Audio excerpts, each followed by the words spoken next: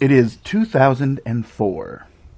Low-rise jeans are there, sometimes literally hanging on by a thread. Tea-back thongs poking out the back. Spray tans are aggressive. And lip gloss has become so reflective, it released a memoir. And at 2:17 a.m., the paparazzi see her. Paris Hilton.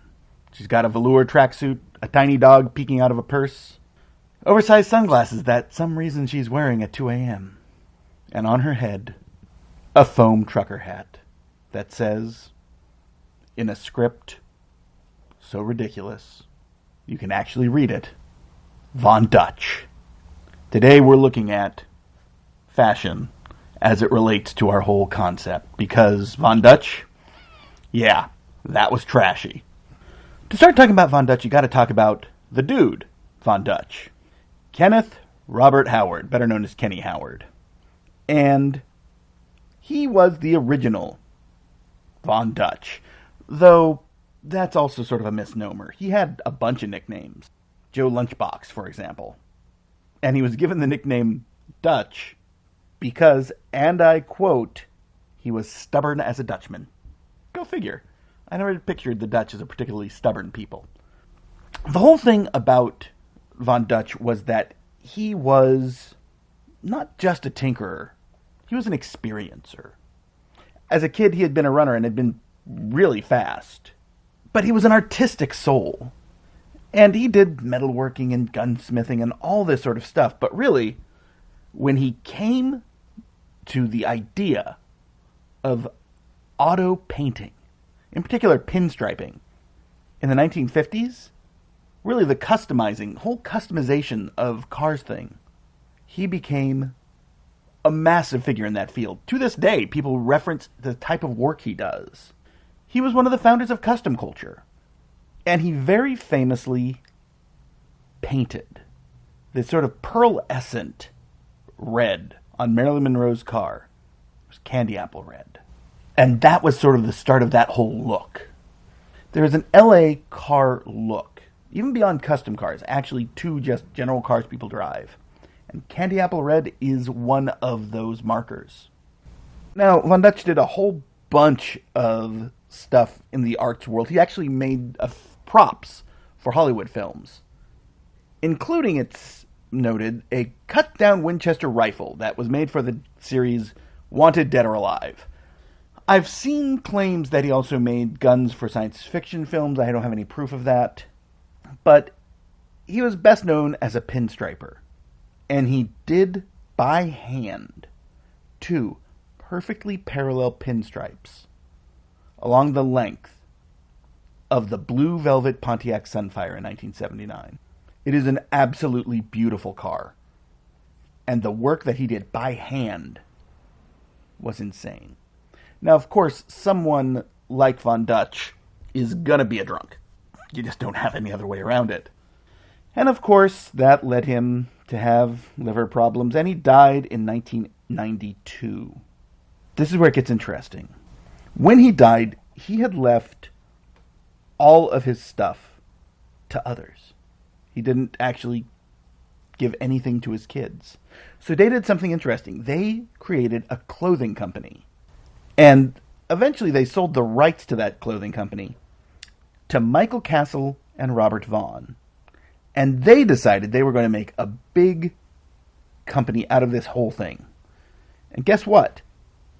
It was a very, very smart idea. But it's really interesting when you look at Von Dutch himself. They're trading on the Von Dutch name, which is fine. But the dude himself, Kenneth Howard, he was volatile. He was paranoid. He was openly racist and even praised Adolf Hitler. Really, honestly, he hated everybody. Supposedly he wrote a note very shortly before he died in 1992, which closed with, "Bye, Heil Hitler." He was well known to be an absolute racist. So making a brand out of him seems a choice. Now, by the late 90s, there was sort of a revival of what had once been known as slumming. But it was different. The song Common People by Pulp definitely gives you an idea of what was happening. The upper classes, particularly what we would now call the influencer class, but at that point were sort of the party scenes, were getting less and less interested in the sort of the out there, bizarre rave sort of look. And we're getting more and more into this sort of down-home, $500 flannel vests made out of old grunge flannel shirts look. And Von Dutch had that aura. So it was in the late 90s that a guy who was sort of the key marketer, Christian Audigier, and Audigier understood something very crucial about the 90s. Something that it took a long time for Hollywood to get, but I think Europe got it before us.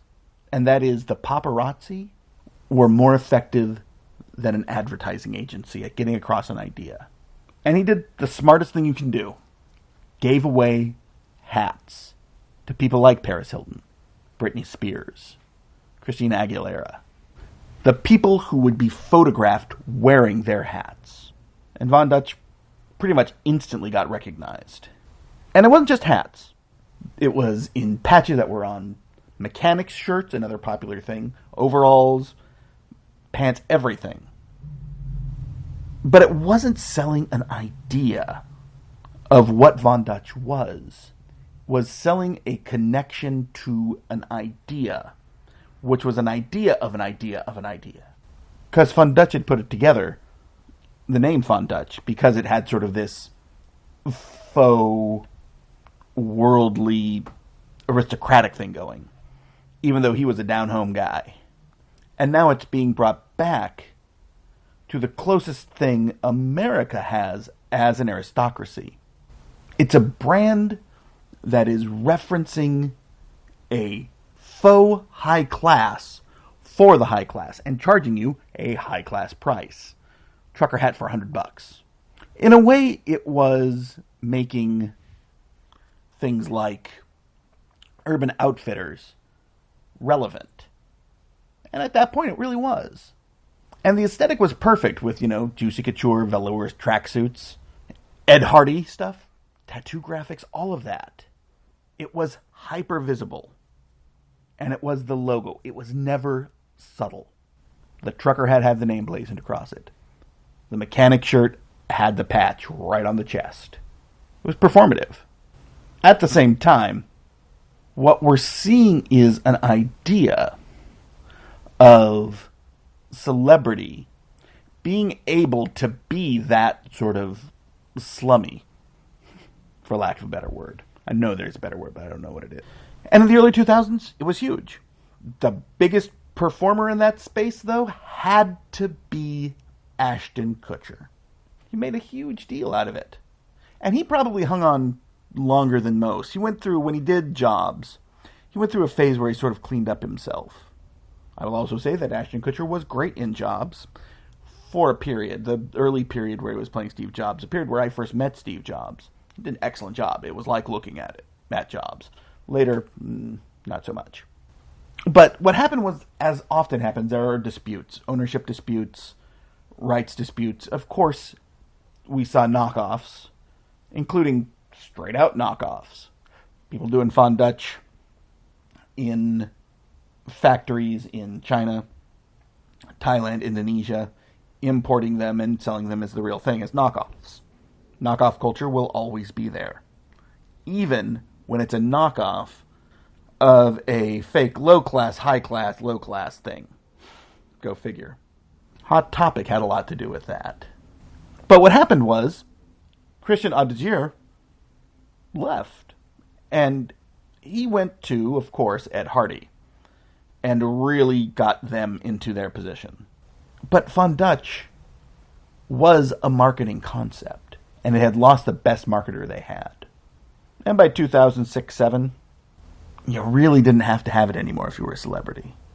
I wouldn't say we came to a reglamorization, because we didn't. We came to a new signaling of where we were.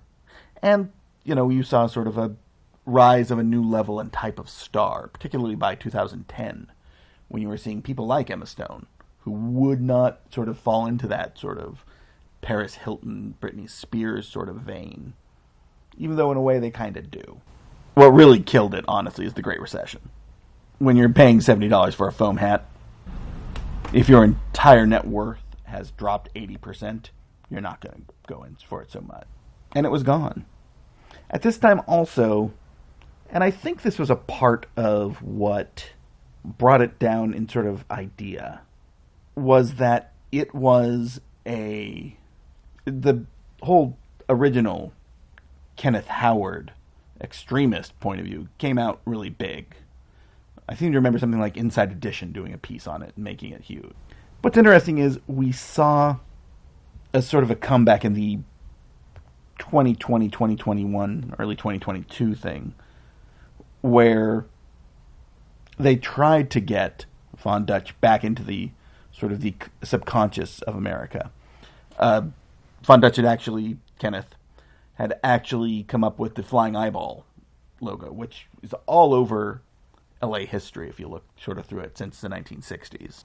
And the attempt to get all of that back didn't really catch on, though it was definitely there. And one of the reasons for that was sort of what I call the TikTok Instagram cycle. You might get an Instagram influencer or a TikTok influencer to wear your hat once, but they didn't really have people giving it. It was something that people were doing themselves.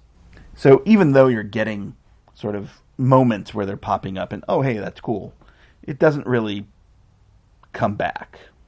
But Von Dutch actually represents something that's really important, I think. It was presaging influencer culture. It understood influencer culture that didn't have a way of expressing itself as well as it would 10 years later. It understood that the paparazzi were a marketing concept. It understood all of this in a grand umbrella. But it was an umbrella that would close and never really be able to be fully reopened because so much had shifted to the individual and away from celebrity culture. And that sounds like a strange thing to say, but the celebrity culture of the late 90s, early 2000s, and the influencer and celebrity culture today are very, very different. A great example would be when you look at someone in the 2000s, very early 2000s, like Paris Hilton, Nicole Richie, Britney, Christina, any of those, they're representing a form of woman as sort of visual commodity. Whereas today, some of the most significant figures in that sort of cultural space are mommy bloggers, I guess momfluencers, and those sort of folks who have built an empire on an image looking at a segment of their thing. Now, this may all turn again because we have Instagram and TikTok and OnlyFans all sort of feeding into one another. And that's a world that is ripe for this sort of thing to rise again. But I don't think it will. Not at least anytime soon. Because there is so much other stuff that people can do to signal a false connection to a mythical working class idea, an identity. Now, that I don't think we need Von Dutch. But there's a lot of stuff we don't need. And one of them is a TV show. Actually, there are a lot of TV shows we don't need. But one that actually operates in a very interesting location between trashy and not trashy.